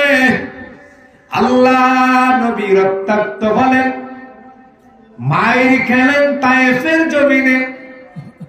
এখনো পর্যন্ত তায়েফে গেলে আপনি দেখতে পাইবেন যদি ওখানকার স্থানীয় কারোর সাথে কথা বলার সুযোগ হয়, তারা এখনো নবীর নাম ধরে ধরে কাঁদে, নবীর নাম ধরে ধরে কাঁদে। মক্কা থেকে যদি মক্কার ওখানের বাসিন্দা কাউকে যদি পান, তারা এখনো আমার আপনার নবীর কথা বলে বলে কাঁদে।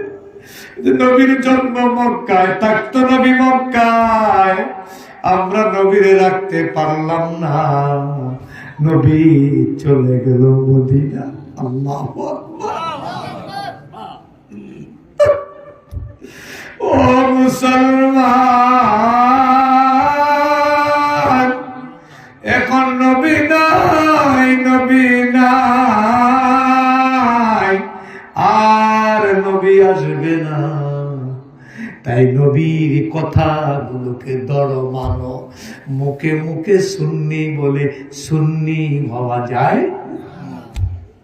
এখন মুখে মুখে সুন্নি, আপনার বড় অবাক লাগে। অনেক মানুষের সাথে দেখা হয়, এতে বুঝা এতে সুন্নি, নামাজ পড়ে না। তো সুন্নি কেমনি, রোজা রাখে না, এতে সুন্নি।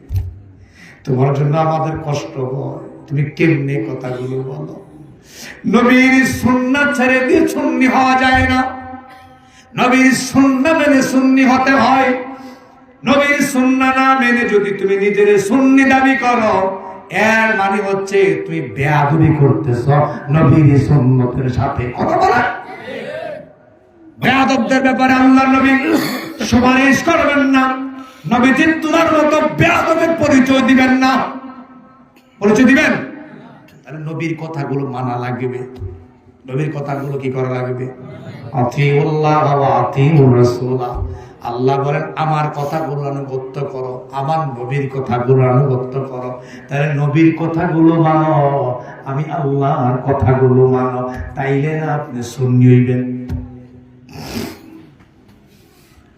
আল্লাহ রাব্বুল আলামিন হাবিব আপনারে এমন পুরস্কার দিলাম, যেই পুরস্কার কোনদিন শেষ হবে এমন উম্মত আল্লাহ দিছে। আমি জীবনে অনেক উম্মত দেখেছি নবীজির, যারা নবীর নামটা শুনলে শুধু হাউমাউ করে কাঁদে। রজুল নওজার পাশে দাঁড়ালে এখনো মানুষ চিৎকার করে করে কাঁদে। শুধু নবীর রওজার পাশে দাঁড়ালে দেখবেন জ্বর জ্বর করে রক্তগুলো পড়তে থাকে। আমি যখন উমরায় গিয়েছিলাম, নবীর রওজার পাশে দাঁড়াইয়া শুধু আমার একটা কথা মনে পড়ছিল, কেমনে মক্কার লোকেরা, কেমনে এই কাফেরেরা আমার নবীরে মারল। শুধু এই কথাটা মনে পড়েছে। সুতরাং বুঝতে হবে, আল্লাহ পুরস্কার হিসাবে কোরআনুল কারীম তুলে দিলেন। পুরস্কার হিসাবে কোটি কোটি ভক্ত, কোটি কোটি উম্মত তৈরি করে দিলেন। আল্লাহ মৃত্যুর আগ পর্যন্ত আমাদেরকে নবীর সুন্নাহর উপরে থাকার তৌফিক দান করো, বলেন আমিন। জীবন চলে যেতে পারে, এরপরে নবীর পথ ছাড়া যাবে, এটাই হবে ইমানদারের কাজ।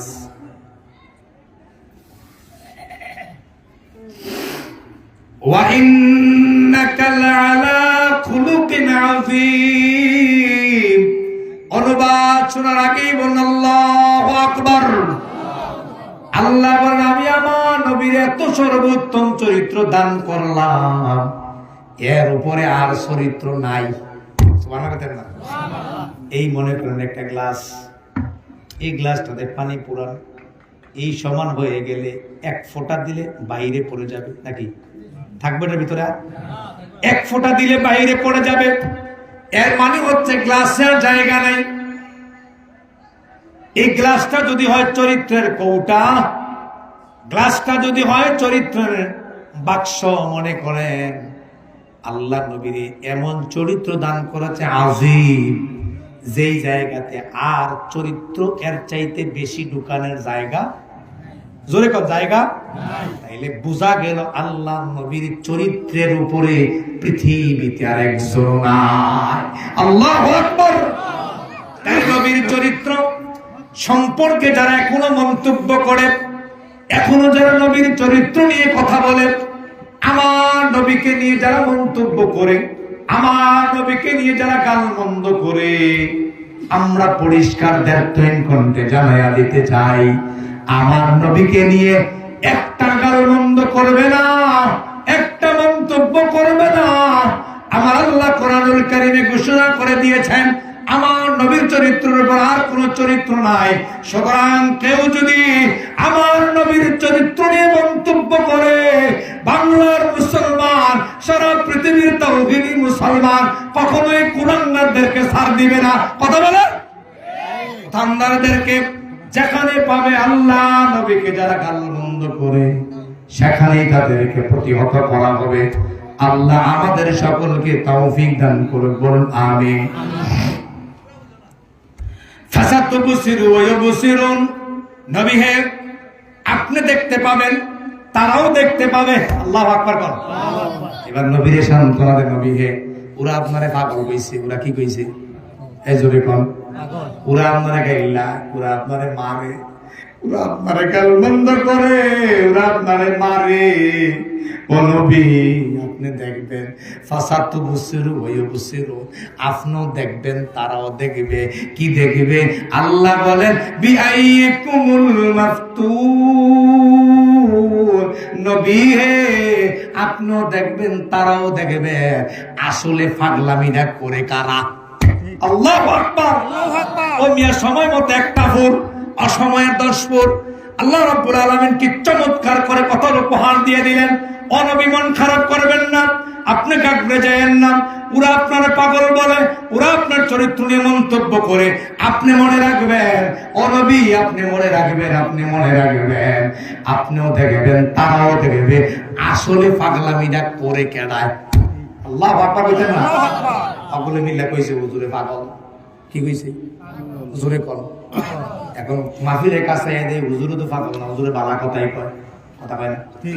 পাগল কয় কেডা? ওই যে সুদখোরের বিরুদ্ধে কথা কইছি, সুদখোরে দোয়ানো বইয়া বইয়া কয় হুজুর এইটা কয়। ওই কথা বল না কেন? এরা বলে না একটা ধরে না দেখবেন আমি প্রমাণ করে দেবো, আর আমি তোমার বিরুদ্ধে ওয়াজ করে তুমি প্রাণে জবাব দাও। সুদখোর তোমার জন্য ওয়াজ নাই, তোমার জন্য ওয়াজ নাই। কেন নাই? সুদ জানার পরে যে খাইলো, আল্লাহ রাব্বুল আলামিন বলছেন হালাল্লাহুল বাইয়া ওয়া হারামার রিবা। যারা সুদ খায় আল্লাহ বলেন এটা আমি হারাম করে দিয়েছি, আর ব্যবসাকে আমি হালাল করে দিয়েছি।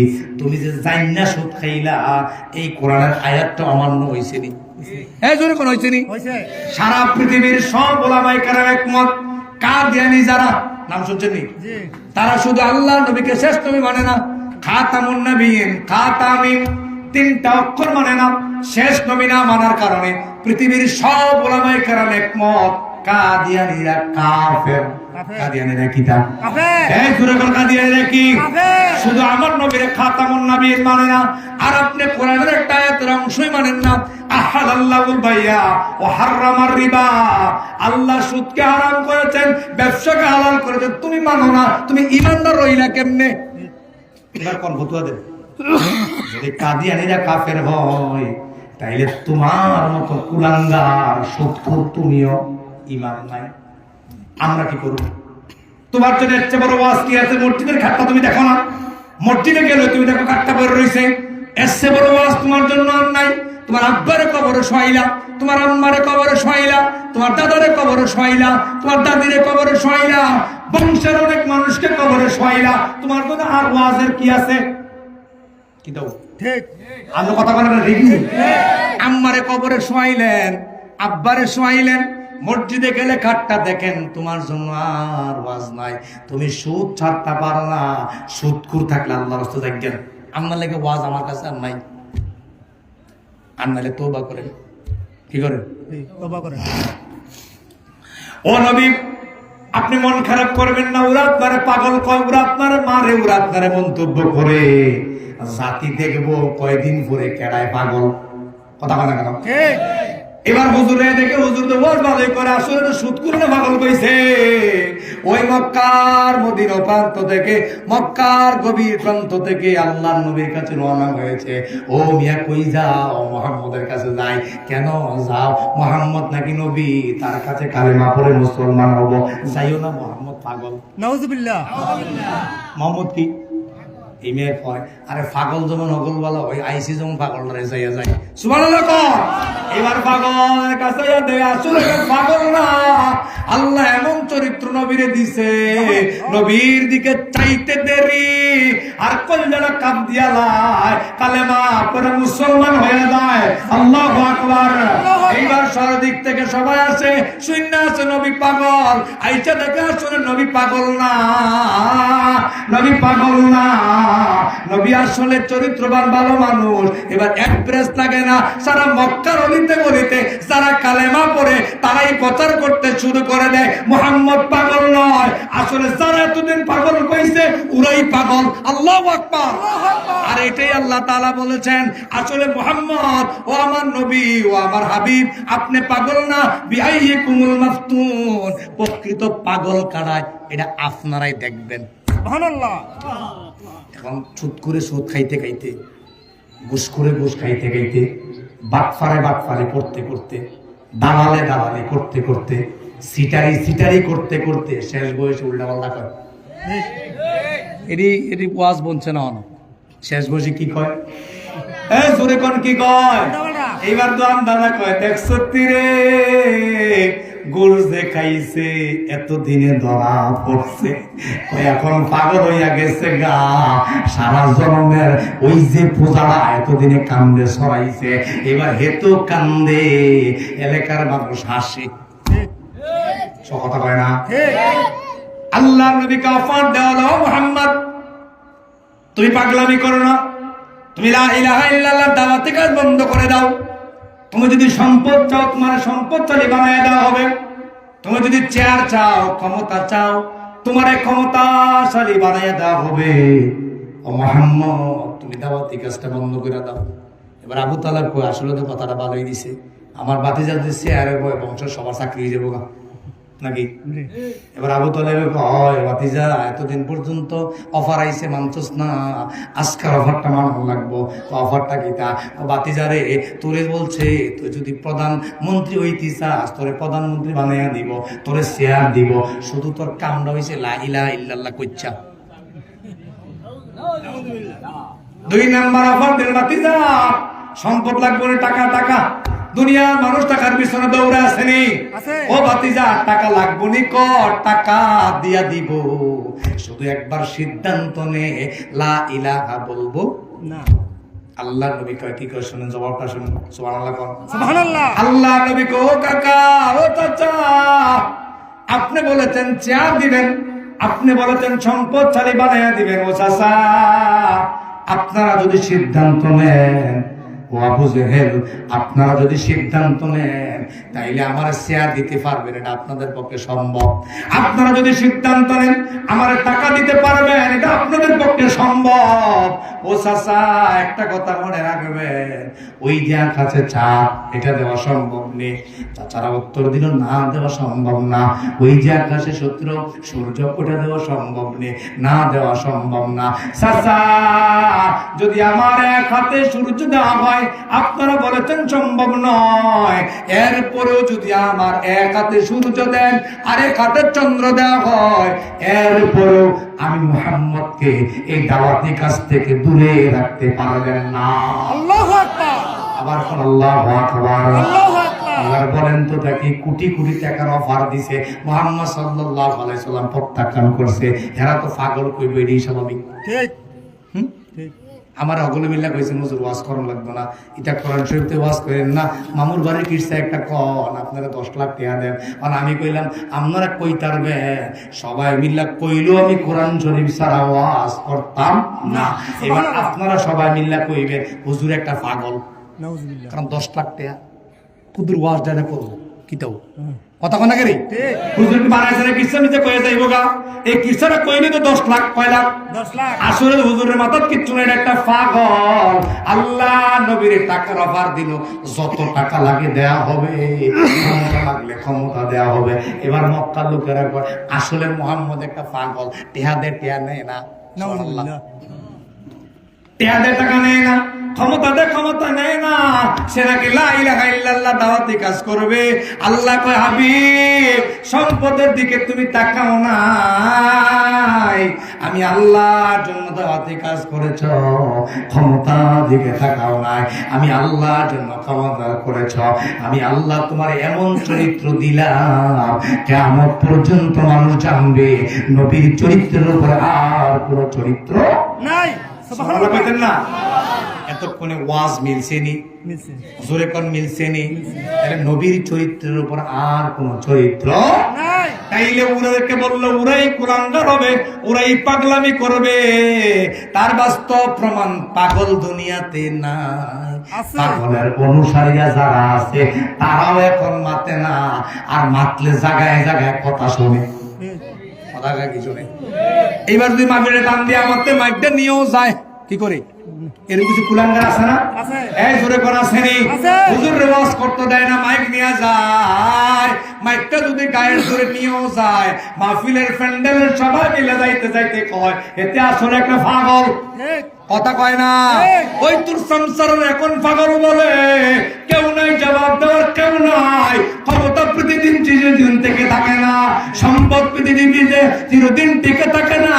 ও সম্পদশালীরা, ও টাকাওয়ালারা, ও পয়সাওয়ালারা গায়ের জোরে দিন মানতে চাও, গায়ের জোরে দিন চাপাইয়া দিতে চাও, তুমি থাকবে না, তোমার পাগলামি পৃথিবীতে থাকবে, মানুষ তোমাকে কিয়ামত পর্যন্ত ধিক্কার দিবে। কথা বলো। ফেরাউনের ক্ষমতা কম ছিল না বেশি ছিল? এক জোরে কোন কম ছিল না বেশি ছিল? আল্লাহ নিম্ন তো সুবাইয়া মারছেনি, আরে জোরে কোন না কেন সুবাইয়া মারছেনি? কারণের সম্পদের অভাব ছিল না, কারণ আল্লাহ তারা জমিনে দশাইছিনি, এই জোরে কোন দশাইছিনি।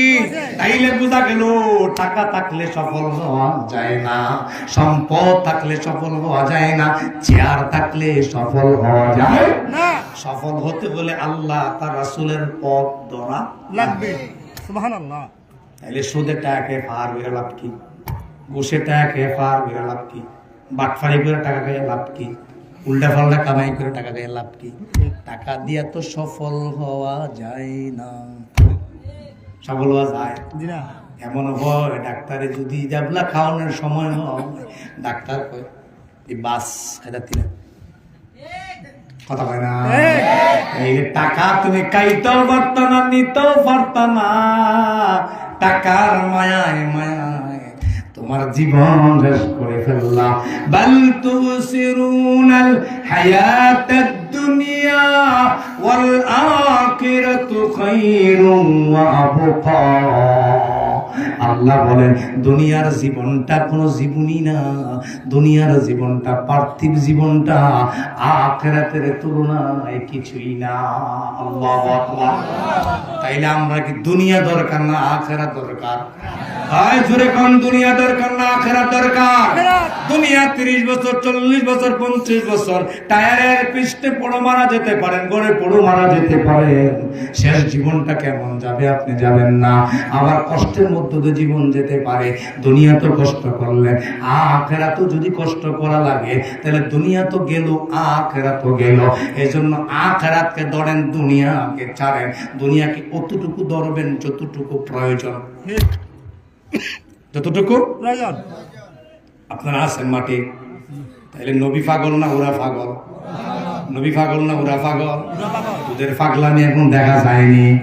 এখনো দেখবেন যারা আল্লাহ নবী মানে না, তাদের কথাবার্তা লাইন পাওয়া যায় না। এখন কয়েকটা বিয়ালে আরেকটা কথা কয় না। এবার সবাই আসে মোবাইলে চাইয়া কয় এতে একটা পাগল, কি কয় এতে একটা পাগল। আর আল্লাহওয়ালা যারা, নবীওয়ালা যারা, নবী প্রেমিক যারা, এই দুর্দিনও তাদের কথাগুলো মানুষ শুনে, শুনেনি, জোরে কোন শুনেনি। নবীর যারা ভালোবেসেছে, নবীকে যারা প্রেম করেছে, নবীর সাথে যারা সম্পর্ক করেছে, তাদের সম্মান বাড়াইয়া দিবেন কে? আল্লাহ। তাদের এখন সম্মানের অভাব নাই। আপনি অত মন্তব্য করেন আর কি চাই স্টলে বৈশা একজন হুজুরের জায়গায় যাইতে আপনার সারা জীবন চেষ্টা করলো সম্ভব হবে না। আপনি আমার নিয়ে যাই মন্তব্য করেন কোনো লাভ নাই। আমি আমার জায়গায়, আপনি আপনার জায়গায়। হুজুর যদি যোগ্যতা কম হয়, আপনাদের বুদ্ধি কম হয়, হুজুর সামনে আপনি পিছে। হুজুর কোথায়? সামনে। আপনি কোথায়? পিছে। মরার পরে হুজুর ছাড়া উপায় নাই, উপায় নাই, উপায় নাই। তাইলে মরার আগে হুজুরে ধরো, মরার আগে হুজুরে ধরো। হুজুরে যদি ডাং মারো তাইলে জানাজা এরুমে পড়বো। কথা কয় না? এখন ব্যক্তিগতভাবে বেনামাজও জানাজা আমি যাই না, কম যাই, বিপদে বললে যাই। কারণ আমি জানাজা পড়ার সময় তো মনটা বালা তাই না। কথা কয় না কেন? আমি জানাইলে মনে খেতে বেনামাজি। আবার একদিন গেছে সুদ করে জানাজা, জানাজা মরতাছে ঠিক মনে মনে কই কিতাব জানাজা মরে, এতে তো সুদ কর।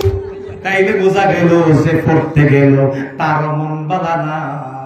আবার সবার মনের ভিতরে কাজ করে এটা সুদ করে না, বাটপা। তুমি মরার পরও তোমাদের কেউ বালা বলবে না। কথা ঠিক আছে তো? ঠিক আছে। দেখে কিন্তু ভাবেছেন না তো?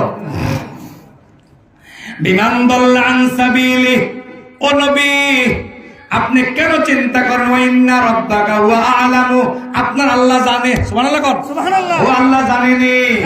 আপনি যে পাগল না, আপনি যে পাগল না, প্রকৃত প্রদ্বষ্ট উরা, এটা আল্লাহ জানেনি। আল্লাহ এটাও জানে তুমি যে চাই স্টলে বসে আলেমদেরকে গালমন্দ করো, ইমাম সাহেবের মন্তব্য করো, তারাবি নামাজে না যাইয়া তুমি 8 রাকাত 20 টাকাদের ফতোয়া দিয়া পড়ো না, এটা আল্লাহ জানেনি। জোরে কোন জানেনি? তুমি রোজা না থাইকা মুক্তারে মুসা দিয়া কর, রোজা রইছো, এটা আল্লাহ জানেনি। কথা কয় কাছতে গেছে কথা কিনো মুক্তারে মুসা দিয়া কর রোজা থাক, আসেনি? তুমি যে লাল সালুর ভিতরে যাইয়া চা খাওয়াটা আল্লাহ জানেনি?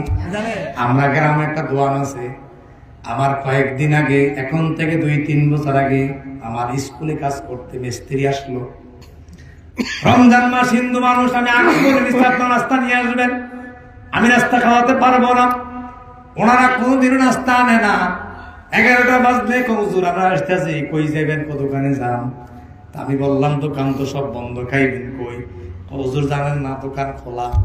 আমি কই না বন্ধ, না খোলা হয়ে গেছে গা। খাবার দাবার শেষ করে আসলো। আসার পরে আমি বললাম কই খাইলেন? দোকান তো দেখলাম বন্ধ। এবার তারা জবাব দেয় হুজুর সামনে বন্ধ, অফিসে খোলা। আছে নাকি নাই? লাল চালের ভিতরে যে তুমি রমজান মাসে খাওয়াটা আল্লাহ জানেনি? পেটের ব্যথা নাই বুঝাইলা, পেটের ব্যথা এটা আল্লাহ জানেনি? দোকানের পেছন দিক দিয়ে খাইলা এটা আল্লাহ জানেনি? মুখটা মুচ্ছে কইলা ইফতার আগে রোজা হইছো আল্লাহ জানেনি? ঈদের দিন সবার আগে যায় নামাজ দিয়া হাজির হইয়া গেলা। নবীজি কয় আমার উম্মতরা শোনো, যারা রমজানের রোজাগুলো রাখছো না, রমজানের রোজাগুলো রাখতে পারছো না, তারা ঈদগাহের কাছে আইসো না। তুমি বাটফার যে সবার আগে মুসাল্লা লইয়া আক্কাতার দাঁড়াইছো এটা আল্লাহ জানেনি? আল্লাহ তাআলা বলেন হাবিব মন খারাপ কইরেন না। ওয়া ইন্না রাব্বাকা হুয়া আ'লামু বিমান দাল্লা আন সাবিলি। তারা যে পথভ্রষ্ট, এরা যে বাটপার, এরা যে গুমরাইতে আছে, এরা যে দিন সম্পর্কে ভুল বোঝে, আপনার নবীরে ভুল বুঝেছে, আপনার নবীরে পাগল বলেছে, আল্লাহ জানে। আল্লাহু আকবার, আল্লাহু আকবার। কথা বুঝেন নাই? চেয়ারম্যানের কাছে আপনারা বিচার লয়ে গেছেন, আপনারা মাঠে আসেননি। দেশের করছে বুঝলেন? আপনারা চেয়ারম্যানের কাছে বিচার লয়ে গেছেন। এখন চেয়ারম্যানের কাছে ঘটনা বলার পরে চেয়ারম্যান কয়, ও মিয়া সাহেব, তোমার উপরে যে জুলুম করছে এটা আমি জানি। এক কথা কোন, আমি কি আপনি কি আর কত দরকার আছে? আপনার মনটা বড় হয়েছে না ছোট হয়েছে? আপনি কইলেন আমার চেয়ারম্যান যেহেতু আমার জানে আমার উপরে জুলুম করছে, সুতরাং আমার কোনো চিন্তা নাই। চালিয়ে এবার শোনেন, ওহু আলামু বিল মুহতাদিন। হাবিব যারা মুহতাদ, যারা ভালো মানুষ, যারা পথ পেয়েছে খুঁজে, আমি আল্লাহ রাস্তা খুঁজে পেয়েছে, আপনি হাবিবের রাস্তা খুঁজে পেয়েছে, তাদের সম্পর্ক আমি আল্লাহ জানি। সুবহানাল্লাহ। রাতের বেলা কেউ জানে না, রাতের বেলা কেউ জানে না। মুসল্লি তাহাজ্জুদের নামাজ পড়ে আল্লাহ জানেনি। এতারে নিয়ে মানুষ মন্তব্য করে, কাল বন্ধ করে, আর এতে রাতের বেলা সেজদা দেয়। এই খবর আছে কার কাছে? তুমি না গাইলা, তুমি না মন্তব্য করো। মসজিদ ইমাম সাহেব তাহাজ্জুদ পড়ে, ভালো মানুষ, ভালো নামাজে, কম টাকা বেতন পেলেও সংসার হুড়হুড় করে চলে, আর তুমি লক্ষ টাকা কামাই করার পরও তোমার সংসার চলে না, কারণ তার ইবাদতের ভার আছে। এটা জানেন কে? জোরে কোন জানেন কে? আল্লাহ রাব্বুল আলামিন বলেন,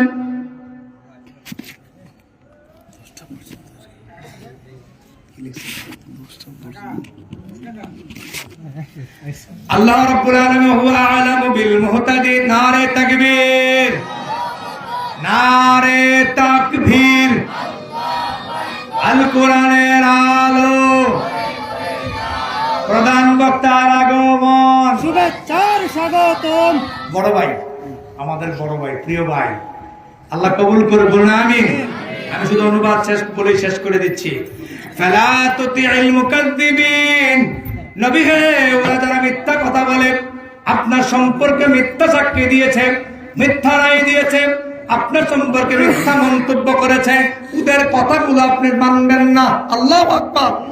নবীরে শিখাইয়া দিছে, নবী দুর্বল হইয়েন না, ওদের কথাগুলো মানা যাবে না। নবী হে, আরেকটা কথা শুনেন, আপনি কিন্তু দুর্বল হইয়েন না। তারা চাইব আপনার ধমক দিয়ে নরম করে লইতো, আপনি নরম হইলে কিন্তু দেখবেন তারাও নরম হইব। সুতরাং আপনি নরম হইবেন না। ও ইমানদারেরা, ও আল্লাহওয়ালারা, এখনো দেখবেন যারা ওই ধরনের লোক যারা ইমানদারদেরকে দাবিয়ে দিতে চায়, ইমানদারদেরকে নামিয়ে দিতে চায়, ইমানদারদের উপরে জুলুম নির্যাতন করে থামাইয়ে দিতে চায়, তাদের কথা আপনারা নরম হবেন না, ভয় পাবেন না, ঘাবড়ে যাবেন না। সহযোগিতা করবেন কে? আল্লাহ। আল্লাহর পক্ষ থেকে সহযোগিতা দেবে আল্লাহ রাব্বুল আলামিন। এরপরে বলেন ওয়ালা তুতি'i কুল্লা আল্লাফিন মাহিন। নবী যারা কথায় কথায় কসম করে, কথায় কথায় কসম করে, কথায় কথা মিথ্যা কসম করে, এই ধরনের লোকদের কথাগুলো আপনি শুনবেন না। আল্লাহু আকবার। আপনি তাদের কথাগুলো মানবেন না, তাদের কথাগুলো মেনে চলে যাবে না। হাম্মাজিম মাশাইন বিনামিম। যারা সুবুলখোর সমাজে আসেনি, জোরে কোন আসেনি? যারা সুবুলখোর, যারা পেছনে পরনিন্দা করে, তাদের কথাগুলো আপনি শুনবেন না, তাদের কথাগুলো মানবেন না। নবীকে এরপর আল্লাহ রাব্বুল আলামিন বলেন মান্নাইল লিল খায়রি মুতাদিন আসিম। নবীকে যারা ভালো কাজে বাধা দেয়, কি কাজে বাধা দেয়? ভালো কাজে। তাদের কথা আপনি শুনবেন না, তাদের কথা আপনি মানবেন না। এরপর আল্লাহ তাআলা বলে যারা বাড়াবাড়ি করে, সীমালঙ্ঘন তো করেই, পাশাপাশি বাড়াবাড়ি করে, এদের কথা আপনি শুনবেন না। তারা হচ্ছে মূলত সীমালঙ্ঘনকারী। তারা কি? এদের কথাগুলো মানা যাবে না। এরপর আল্লাহ তাআলা বলেন, আল্লাহ তাআলা সর্বোচ্চ বলতিল্লিন বাদা যালিকা জানিম। ও নবী, যারা বাড়াবাড়ি করে, যারা মিথ্যা কথাগুলো বলে, যারা পরনিন্দা করে, মানুষের পেছনে দোষ গায়, আপনি নবীকে পাগল বলেছেন, আপনারা নিয়ে মন্তব্য করেছে, ওদের ব্যাপারে আমি আল্লাহ জানাইয়া দিলাম কুতিল্লিন বাদা যালিকা জানিম। তারা হচ্ছে বদমেজাজি। কি মেজাজি? বদমেজাজি। এই কথা বলি আল্লাহ বলেন তারা হচ্ছে জারস। তারা কি? জারস। বলেন নাউজুবিল্লাহ। সুতরাং এই স্বভাবে অন্তর্গত হওয়া যাবে না, নবীর বিরুদ্ধে কথা বলা যাবে না, নবীর কথাগুলোকে সব পুঙ্খানুপুঙ্খানু মানতে হবে। শুধু মুখে মুখে সুন্নি বলে, নিজের উপস্থাপন করে সুন্নি হওয়া যায় না। সুন্নি হওয়ার জন্য নবীর সুন্নাহগুলোকে সব মেনে চলতে হবে। আল্লাহ নবীর বিরুদ্ধে কোনো কথা বলা যাবে না। আল্লাহ নবী যা বলে গেছেন তার কোনো কথাকে অমান্য করা যাবে না। পৃথিবীর সব মানুষের কাছে আল্লাহ উপহার তুলে দিলেন, আমার নবী পাগল নন, আমার নিয়ামতে আমার নবীকে আমি এমন চরিত্র দান করেছি, পৃথিবীর আর কাউকে এমন চরিত্র দেই নাই। আল্লাহু আকবার। আল্লাহ কবুল করুক, মঞ্জুর করুক। আবারও কথা হবে, দেখা হবে।